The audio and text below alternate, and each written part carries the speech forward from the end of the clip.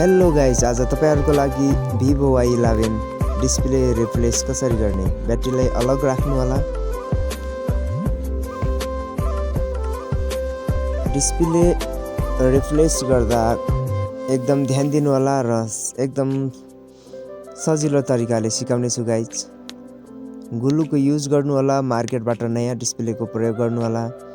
साथसाथै सबै ठाउँमा पुग्ने गरेर राम्रोसँग ग्लुको युज गर्नु होला।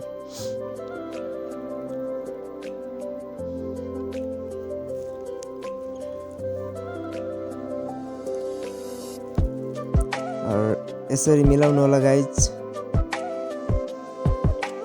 तपाईहरुको लागि एकदम सजिलो तरिका यो रहेको छ। 10 मिनेट